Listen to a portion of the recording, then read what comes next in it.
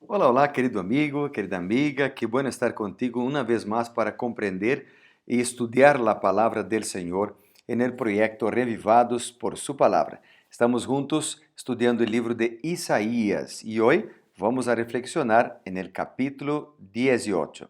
Pero antes quisiera orar contigo. Padre amado, alabado sea tu nombre por la oportunidad de estudiar tu palabra. Danos sabiduría para comprenderla y practicarla. En el nombre de Jesús oramos. Amén. Muy bien, el capítulo 18 de Isaías es un capítulo que tiene 7 versículos, pero varias lecciones para nosotros hoy.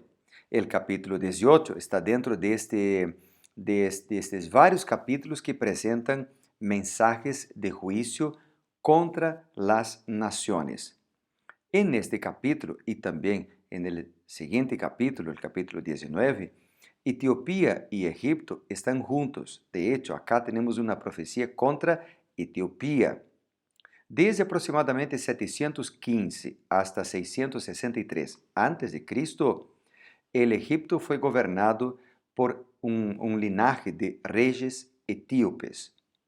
El Señor, por lo tanto, quería que su pueblo entendiera que su única defensa estaba no en las fuerzas de Egipto, sino que en las fuerzas divinas.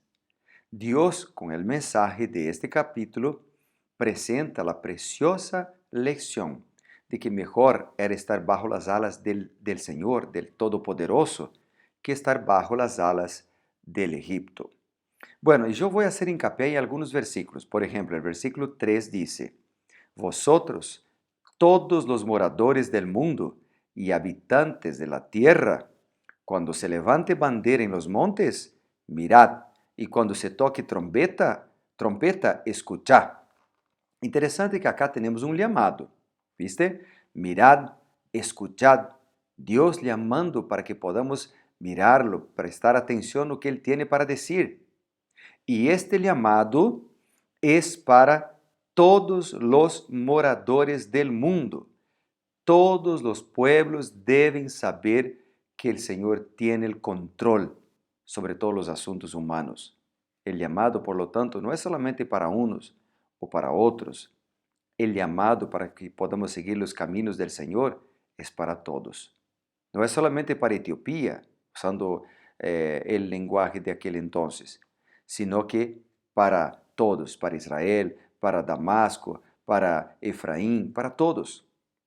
El llamado del Señor es para mí, es para vos, y Dios nos llama hoy para que podamos entregar nuestras vidas en sus manos. Bueno, después el versículo 4 dice, porque Jehová me dijo así, me estaré quieto y los miraré desde mi morada, como el sol claro después de la lluvia, como la nube del rocío en el calor de la siega. Así que Dios se hace aclarar y dice acá, estaré quieto. Sabes que el versículo 4 presenta un cuadro bien claro de cómo el Señor hace cumplir su voluntad entre las naciones.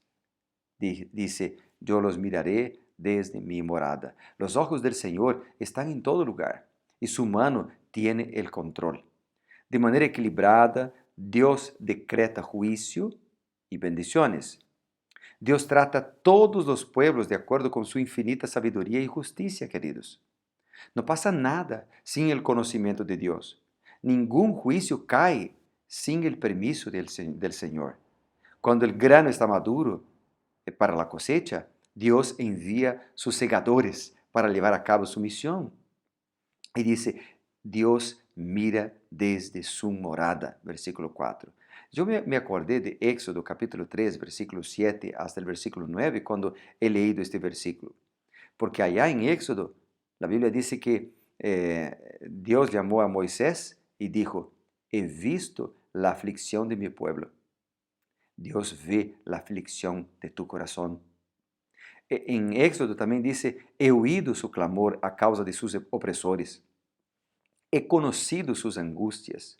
He descendido para librarlos de las manos de los egipcios y para sacarlos de aquella tierra, una tierra, y llevarlos a una tierra buena y ancha, una tierra que fluye leche y miel, a los lugares del cananeo, del eteo, etc. Y el versículo 9 de Éxodo dice, El clamor de los hijos de Israel ha llegado ante mí y también he visto la opresión con que los egipcios los oprimen. Así que Dios conoce nuestro dolor. Dios conoce tus luchas, tus dificultades. Dios conoce tu vida, lo que estás pensando ahora, en este momento. Si estás pensando en quitar tu vida, si estás pensando en desistir, si estás luchando y luchando y luchando y no logras vencer, Dios conoce tus luchas y Él te puede ayudar. Él ha descendido para librarte. Él ha descendido para ayudarte y para librarte de tus angustias. Los miraré desde mi morada, dice el versículo 4. Bueno, otro versículo que yo quisiera mencionar es el versículo 7. El versículo 7 dice, en aquel tiempo será traída ofrenda a Jehová de los ejércitos, de parte del pueblo de elevada estatura y piel brillante. Será traída al lugar del nombre del nombre de Jehová de los ejércitos, al monte Sión. Sabes que la nación destruida acá, que es la nación de Etiopía, se presenta como una ofrenda o un regalo al Señor. La guerra traería sufrimiento, desolación, dolor. La nación de Judá sería herida, esparcida, pisoteada, despojada por sus enemigos, pero el resultado final sería una nueva nación que reconocería y serviría al Señor. Pero podemos, además de este aspecto histórico, aprender otros puntos también para nuestras vidas hoy. El versículo 7 dice, en aquel tiempo será traída ofrenda. ¿Y para dónde sería llevada la ofrenda? Para el lugar del nombre de Jehová, para el monte Sión, que es un símbolo del santuario. Entonces, ¿qué ofrenda podemos llevar al Señor? Primero, la Biblia hace diferencia entre ofrenda y diezmos. Malaquías 3, por ejemplo, versículo 8 y 10 dice, ¿robará el hombre a Dios? Pues vosotros me habéis robado. Y aún preguntáis, ¿en qué te hemos robado? En vuestros diezmos y ofrendas. Traed todos los diezmos al alfolí y haya alimento en mi casa. Probadme ahora en esto, dice Jehová de los ejércitos, a ver si nos abro las ventanas de los cielos y derramo sobre vosotros bendición hasta que sobreabunde.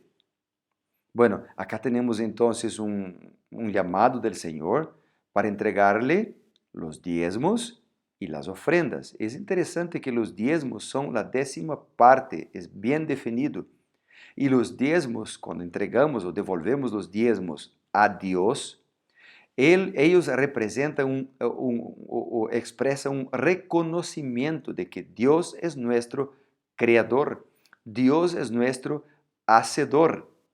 Y cuando nosotros miramos el capítulo que hemos leído ayer, el capítulo 17, en el versículo 7, ahí tiene la misma expresión que aparece acá en este versículo 7 también, que es la expresión aquel día o aquel tiempo, que es una referencia al día de juicio, ¿verdad?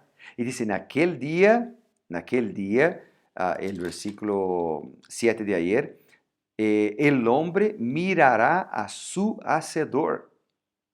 Es decir, los diezmos apuntan para nuestro Creador, para nuestro Hacedor. En el día de juicio miraremos a nuestro Hacedor.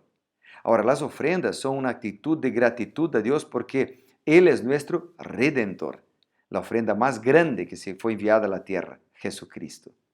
Por otro lado, además de nuestra necesidad de ser fieles al Señor en los bienes, queridos, además de nuestra necesidad de ser fiel al Señor en el tiempo que Dios nos da, en los dones, en la salud, la mejor y más grande ofrenda que podemos entregar a Dios es nuestro corazón.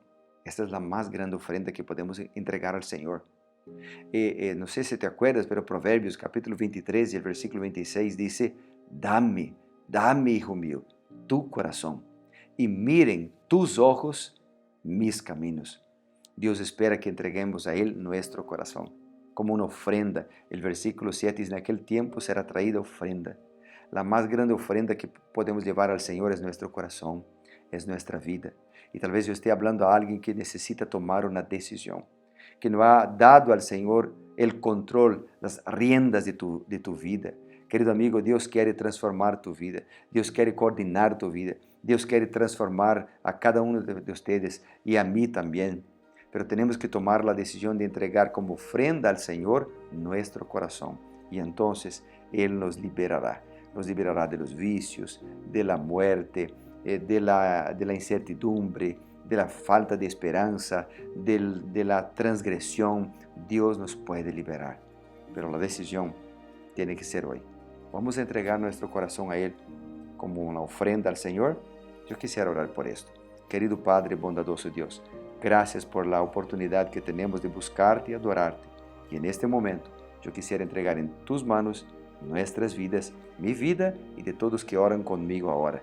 Pues yo oro en el nombre poderoso de Jesús. Amén y amén. Dios te bendiga muchísimo. Nos vemos mañana para ser reavivados por su palabra. Chao, chao.